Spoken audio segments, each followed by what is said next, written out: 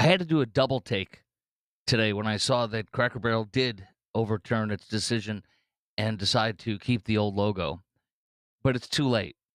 It's way too late. And by the way, they are so super hyper woke, even more so than I've been describing to you in the ensuing the previous days. Let me give you an example. Let me give you a few examples. This didn't even I didn't even see this or hear about this till this morning. Listen to this from Fox News. They're reading off, the triangle with the pegs. I played you a spoof commercial yesterday about how the white pegs can't move anymore because of DEI. The colored pegs can go wherever they want, but they actually changed the colored peg system, and that the peg the messaging on the board, the peg board. So it's more DEI friendly. I'm not kidding you. Listen to what Fox News says. You're a genius. If you leave 2, you're pretty smart. If you leave 3, you're just plain dumb. And if you leave 4, you're more than just a plain ignoramus.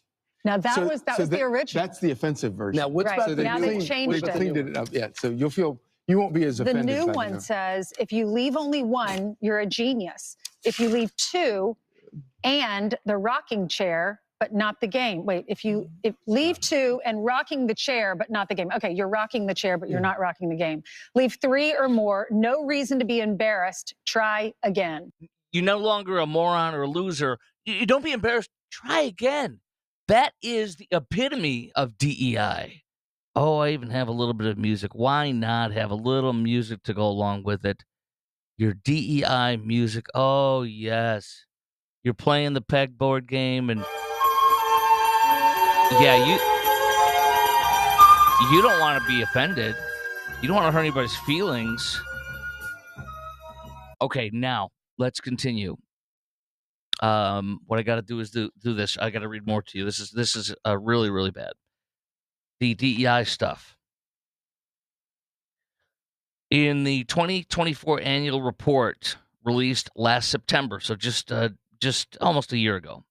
It included a DEI section, Cracker Barrel, featuring its business resource groups for promoting diverse members, Black leaders, Hispanic and Latino culture, and LGBTQ plus awareness. They are hyper woke. They despise us. They claim to be catering to us. They despise us. They showed their hands when they read all this stuff and made it all super hyper woke. By the way, so they're never going to get $1 of mine. They're always going to be Bud Light. I will never support them. You do what you want, but I will never, vehemently, never support them. I'll walk across the street to Wendy's or whatever if I'm in a car and I'm not driving, and everybody says we got to stop here. No, thank you. By the way, there's a guy who is one of their largest investors. He's a San Antonio-based man. He fled Iran when the revolution happened and has become wildly successful. He was the one that was raising the massive warning flags for a year or two, and he was literally calling out everything that Cracker Barrel did without knowing they were going to do this plan. They didn't tell him. It was a stealth, super woke leftist plan to redo Cracker Barrel. When he wrote November, so like 9 months ago, he wrote, quote, if you had $100 in Cracker Barrel stock in January 2019, 5 years later, it's worth $30. That is Cracker Barrel. They went from $100 per share to $30 per share. But now this is destroying it. Look, I have the intel. Cracker Barrel spent $700 million on this unbelievably stupid horrible rebranding, woke rebranding. To date, they've lost $143 million in stock value since their launch. So they've lost a total of $843 million. You're looking at almost $1 billion in the hole, and they're super woke. They can kiss my rump, my rumpity rump. By the way, here is I didn't catch that Trump tweeted and was attacking Cracker Barrel for being woke this morning. And in fact, listen to this. So Trump was right about everything once again. Trump made this happen because they literally Cracker Barrel called the White House today. And they called the White House Chief of Staff Taylor Buttigieg, and he said on social media, they called the White House. He said on social media that he appreciated a call earlier in the evening from Cracker Barrel, I guess last night. They wanted President Trump to know they heard him, along with customer response, the ultimate poll, he writes, and would be restoring the old timer. So smart, and Trump's like, great job. I hope you make a lot of money. I hope they lose a lot of money, but that's because Trump's not following it like I am, because he's a busy man. He's the leader of the free world, and he's doing a hell of a job doing that. Okay, let's go to Kilmar. Kilmar. Kilmar was arrested yesterday morning when he checked into ICE, and we've got video of him. I don't know if this is from today when they were transporting him, but what I love, you're going to hear him say "El gobierno corrupto," which means the government is corrupt. Isn't that rich coming from an illegal telling us our government's corrupted? Isn't that exactly why illegals have no business being in this country? Isn't he the stereotypical illegal that makes you rabidly pro or anti-illegal? Isn't he exactly what the Democrats love? A man who says this government is corrupt because they won't give an alleged MS-13 member a wife beater, according to his wife, multiple times over. An alleged, I think MS-13 member, I said, an alleged human trafficker who also took pictures of naked minor girls, according to Pam Bondi, our Attorney General, DHS Secretary Christine Ohm, because that's what traffickers do. They sell children into sex. They do all sorts of stuff. So I mean, this is, and he calls us corrupt. Oh, Uganda, here you come. Click, click, click. So let's hear him. And my favorite part in this audio I'm about to play for you is the clinking of the chains around Kilmar's feet, coming up to his legs, around his waist, cuffing him to the chains. Listen to the chains clink, clink, clink, clink, as he tells us, "El gobierno corrupto," your government's corrupt. El gobierno corrupto. Clink, clink, clink, clink. Kilmar! Kilmar! Kilmar! Oh, you can see his big fat chains are on his back. Kilmar! Kilmar! Remember that his wife? Kilmar, come home! His wife, beat me some more! So, an illegal telling us our government's corrupt. How rich is that? And that's who the Democrats support. They love. They stare at him with adoration, including, of course, Maryland Senator Chris Van Hollen, who just had margaritas with him and just stared at him so lovingly. You wish your wife or husband stared at you that way sometimes, huh? Okay, by the way, this is brilliant. This is so brilliant. Listen to this. You know how Trump is, and he said this has been public, but you know how he said he's going to be finding illegals for every day they're here in this country? I have a lengthy Wall Street Journal article piece that I read tonight, and it's incredible because I'm going to read you some highlights because it's working. And you have a little old illegal lady who's got an anchor baby she had years ago. You've got another woman who you got several people in here, a couple of them at least, that are saying that I'm going to have to leave. I'm most likely going to leave because I either get $1,000 and a plane ticket, or I'm getting fined insane amounts of money. And our government will. I'm going to read you some highlights because it's just too good to miss some of the details. It's driving illegal immigrants to the point where they feel like they will lose everything if they remain in the U.S., so it's better to cut their losses, pack up, and self-deport, says one immigration attorney. It's psychological warfare. Yes, it is psychological warfare, and it's working. They should be scared. They should be scared. Illegals should be scared. They broke the law. They're disobeying our laws. They're disobeying judges and everything. They should be scared. Would you be scared if you were an illegal in Mexico? Would you be scared if you're an illegal there's all sorts of places. You should be scared in this country because we elected Donald Trump. This is what I voted for. Now, let me continue on because there's two different immigration attorneys. This one and there's another one. These fines are targeted towards illegals who ignore removal orders and do not honor voluntary departure agreement, says DHS. They are threatening to garnish tax refunds, launch civil litigation, engage private collection agencies. That could be the worst for them. Hello, Mr. Johnson? You owe me $5 million. I want my $2. Remember that from Better Off Dead, one of the best movies of all time from the 80s? I want my $2. $2. The Paperboy. Also, they're alerting credit rating bureaus, curbing federal and state payments owed to the fine recipient. So they're coming at him from every angle. Homeland Security says it could report unpaid fines to the IRS as potential income. And what does that mean? Well, just like they write off credit card debt, mortgage deficiencies, or medical bills, the IRS treats a forgiven balance as taxable income.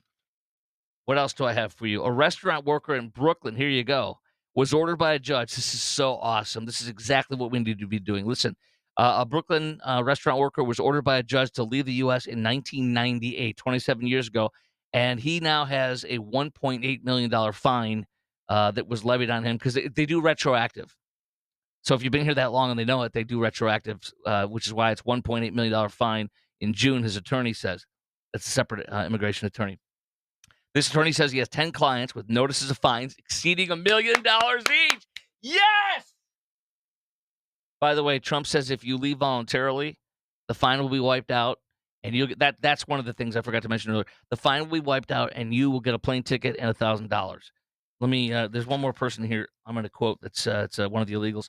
Some of this guy's clients say they will self-deport because they fear the Trump administration's removal campaign. A Mexican mother of 4 who sells cosmetics to her neighbors in the Bronx, a judge ordered her deportation 2013, 12 years ago. She received a past due notice June 30th, warned that the payment of her $1.8 million fine was overdue and interest was already accruing at 5% annual rate, or roughly $250 a day of interest. Yes. Si se puede. Yes, we can. Penalty rates of 6% will be applied 91 days after the fine was adding. So now then it goes up to $300 a day is what they're saying after 91 days. Ding. She could be subject to administrative costs of at least 32% of the fine, more than $500,000. Asked whether she will leave the U.S. to avoid the fine, she said, if I'm not able to pay it and there's no other solution, I may have to. Woohoo, baby! Hercules, Hercules, Hercules! Oh, I have that too. Hold on. We'll play a little bit of that. Where did it go? There it is. Oh, Hercules, Hercules, Hercules, Hercules. Thank you, thank you, thank you. Okay. So, and by the way, one of the people quoted in here, some immigration attorney said, "Where does this end? It goes this and this, and they're coming after you from this and this. Where does it end?" Even I know what the answer to where does it end is. It ends when you leave this country. That's simple. I've been telling you about a group that I, in addition to all my television, radio fill-ins, I do on networks all over the country. I work with a local 501c3 in Dallas Fort Worth that fights. Well, doesn't fight. It helps victims of sex trafficking. Half the clients that they work with are licensed practicing counselors that they work with. It's a Christian ministry group. Half the people they care for are sex traffic victims. They blame themselves. They come in hating the world, mad at the world. Many of them are on drugs. They also deal with people who are women who are coming out of incarceration.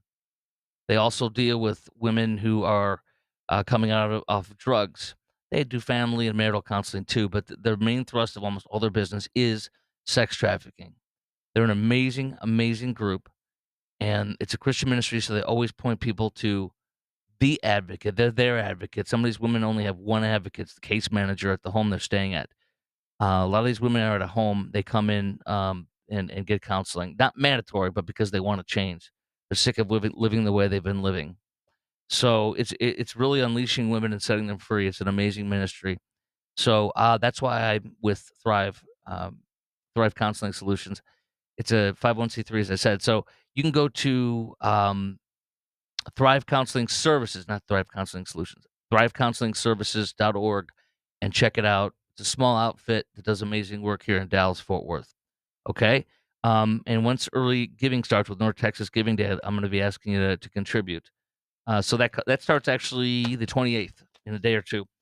You can start giving to thrivecounselingservices.org. But we have a North Texas Giving Day page. We're going to have it and everything. So an amazing place. So keep your eyes or ears peeled for that. Okay, this is huge. Financial support. This is also from the Wall Street Journal. Financial support into adulthood. Some parents are saving as much as $1,000 a month to make sure their child will grow up getting like $3,000 a month as an allowance as an adult.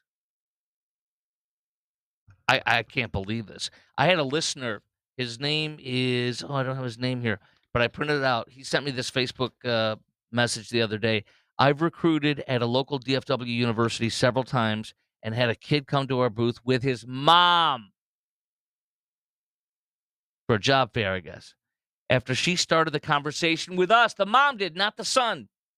I've also terminated a grown adult truck driver, and he had his mom call us. You a grown ass man. He had his mom call us and say her son didn't deserve to be fired. He's a good driver, etc. You try to explain why you aren't going to discuss his termination with somebody else and realize the apple doesn't fall far from the tree. Disgusting to me. Unbelievable. Shame on you. My kid is now 22. My son is 22. My daughter's 19. I've never once gone on an interview with them, even to places like in their first jobs. I counsel them and coach them as much as I can here. And then when they have an issue at work, a trouble thing, or whatever, they consult me and I help them in any way I can. But I will never pick up a phone and call somebody unless there's some kind of emergency that's like, my son can't call you because he's incapacitated or something. That's not going to happen most 9 times out of 10. So my point is, though, that I've never called, I've never gone with him on anything or her, and this is insane. These we are as a nation are falling apart. It's going to be so easy for China to invade and take us over if the way we're going. You hear the men on the street interviews with like Jesse Waters, his minion. I can't remember the guy's name, but he sends them out. People don't know who the leader of China is. They don't know who Israel's at war with. They don't know crap about their own country or what's going on. So we have a perfect populace that is on TikTok, a Chinese malware app. We got fentanyl killing people. We got um we've got these a generation that's being told to whack off your hoo ha and be a transgender person. We got a bunch of people who don't even know what socialism is anymore. They're not teaching that, so that's why they're falling for it, and they're going to destroy this country. We have people that are so lazy and overweight, and we have people who can't do a job interview or have their mommy or pappy show up when they're getting fired. Or this is disgusting. So here we go. That buttresses this article.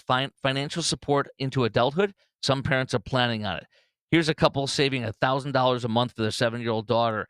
Quote, and this is the same thing I've seen with these parents that are like this with other issues similar in nature. This woman says in a 2007 to 2009 recession, she worked a string of unhappy jobs and racked up credit card debt. She doesn't want that for her daughter. I want her to feel like she has options. No, you want to get a fat stack of dollars, worth thousands and thousands of dollars to wipe her butt with when she's 35 years old. Cut the cord. One financial advisor described a 40-year-old woman still on her parents' phone plan. 40! Now, they're also talking about people living with their parents to save up. Here's a man who lived rent-free with his grandmother until he was 26, paid his student debt down, and saved up 30 grand to buy a home for his 30th birthday. You either need to be comfortable with your kids struggling or you need to set aside some money now, says this guy. I'm not setting aside any money. My son's going to figure it out like my parents did with me, and we figured it out. We're doing great. Thank you very much. So you're hurting your child if you do this crap. It's obvious. But by the way, the rent-free thing makes me think about my friend Rob, the cop. Well, he was a cop. Rob, the cop, and I went to college together at Western Illinois University. Rob, that's a big law enforcement school. And when Rob graduated, he was a police officer in suburban Chicago for like 3 or 4 years. Then he switched to fire department. He said he was tired of being the bad guy, which that's a bad thing because he's a wonderful man. Anyway, Rob, the cop, lived at home for 2, 3, 4 years. I don't know, I'd say between 2 and 4 years, probably 2 to 3 years. And he saved up his money and he bought what's called a 2-flat in Chicago. I've never heard it called that anywhere else. A 2-flat. So you have, 2 flat levels of a house, and one tenant gets this flat and the other tenant gets this flat. If there's 2 of them, sometimes it'll be 4 flat. He bought a 2-flat or a 3-flat, and he lived on one of the floors in Chicago, and the dude's done insanely well. That was what launched him. And my message to him is it's unbelievable. It's like I think I read it's like $24,000 more for the same house just from 5 years ago. That might be underestimating. I think that's what I read. One more thing on financial stupidity and being incompetent financially or needing somebody to care for you as an adult. Cars are so expensive, says Yahoo Finance. Cars are so expensive that buyers need 7-year loans now. This woman bought a $45,000 Honda Pilot, signed the deal, was so excited. She did not realize she signed a 7-year. She panicked. She didn't realize the length. She would have been paying thousands and thousands of dollars of interest. She said she felt sick to her stomach. They paid it off within a year, which is what you should do in that situation. You shouldn't buy a new car anyways. But 7-year loans are now 22%, almost exactly 22% of all new car buys. I mean, what are you doing? What are you doing? People are just being foolish upon buy a used car like Dave Ramsey says. Get a beater car. I know it takes 5, 6, 7, 8 grand now to get something of that nature. Seriously, it does according to my mechanic. What 10 he would tell you. But the point is, get a car that's 10 grand and pay that off within a year or two. And while you're doing that, save up for another car for 5 years from now or whatever. I'm telling you, we are hanging on to our 2 cars. We have 2 very nice cars. They're a 2014, 2017. We're going to hang on to them until the wheels fall off because they're paid off. That's just how we're going to do it. And I'm dreading in 2, 5, 6, 8, 10 years, whenever it's going to be, buying a new car, or not a new car, but a car. But we'll have to deal with it then because I don't want to have payments. It's not how we roll in the Kroc household. Trump is he wants the death penalty in Washington, D.C. If you kill somebody, you're going to get the dirt nap. That's what you'll get. Dirt nap. Here we go. Anybody murders something in the Capitol, capital punishment, capital punishment. If somebody kills somebody in the Capitol, Washington, D.C., we're going to be seeking the death penalty. And that's a very strong preventative. I totally agree. And it's not out of revenge. It's not out of vengeance. It's not out of recidivism because it doesn't, from everything I've read, stop people from doing it. But what it is an appropriate punishment. You kill somebody, our government, if it's allowed, if we voted in, that's the law of the land. And the people who put this in are people that are a whole, the people as a whole. And we are sober. We are not grieving at the time of this. It's so it's not for victims' families to decide. It is for a sober-minded person to decide. We decide. And if we put it in, I support it 110%, which we do in the great state of Texas and a good amount of states. And it's just so filthy, disgusting when you see horrific cases and there's no death penalty. Like what happened to Rachel Marin Laken Riley. I think Georgia probably still has a death penalty. I'd be shocked if they don't still have it. But when you see something in New York, New Jersey, Rachel Marin was in Maryland. How much you want to bet they don't have the death penalty with that? That's a blue state, obviously. Okay, and let me play one more. Mayor Brandon Johnson, a.k.a. Conehead, with his haircut like that. Conehead was asked a friendly question that would be a simple answer by Morning Joe, of all places. They actually held his feet to the fire. If you could get more cops, would you support that? Would you be okay with that? Would that help? Would you say yes or no? If you have the offer to hire another, wave a magic wand, you got another 900 cops, and he wouldn't answer the question. He ran around it, dodged it, and so Morning Joe Scarborough asked him like 3 or 4 or 5 times, and he wouldn't answer it. Listen to this. All sound like great programs, Mayor. Those all sound like great programs. I'm curious. Would you also like to get federal funding to help put 5,000 more cops on the street in Chicago? Would that help drive down crime? Well, look, policing by itself is not the full strategy. No, I understand that. You've talked about the other things you want, and I said those are good and important programs, but I'm asking also, would 5,000 more police officers on the street in Chicago be helpful to go along with all of those social programs that a lot of cities are engaging in and having success with? Well, look, here's the best way I can put it, Joe, is that in the 90s when I was in high school, we had 3,000 more police officers and we had 900 people being murdered every single year in Chicago. It's just not policing alone. Of course, we want more detectives. I know it's not policing alone, but I know it's not policing alone. You've told me everything else you want. I'm curious, and this does come down to an ideological difference between people. Do you believe that the streets of Chicago would be safer if there were more uniformed police officers on the streets of Chicago? I believe the city of Chicago and cities across America would be safer if we actually had, affordable housing. He does not want more cops. He would say no to more cops. And remember yesterday I told you about the CVIs. I played you audio that was just so gripping, compelling, and like, whoa.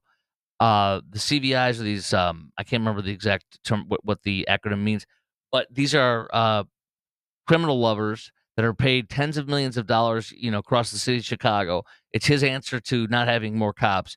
And all they do, they're supposed to be a liaison or an advocate to get the community safer and, it's like a violence interrupter. That's a community violence interrupter, I think is what CVI stands for. So what do? According to the Chicago Contrarian, and you heard, I played you the audio of a cop screaming at one of them in his face because he's being harassed, chided, yelled at, accused as they're putting a thug in the back of a squad car, an unmarked car. You know why? He says he screams at him. If you missed this yesterday, just check out yesterday's podcast. He screams at him. He says that this guy had an extended magazine and a handgun. So, and he screams at him. He goes, "You got in the way. Do you know what you just did? You know what was going on here? You know what I was doing? You got in the way of me." And he goes, "Do you know how much of a distraction or something of that?" And he screams at him though, because here he is just wrestling with a killer on the ground who's a thug that was like his pants were down stuff because he was like in the middle of a tussle trying to get away or something. The video started shortly thereafter.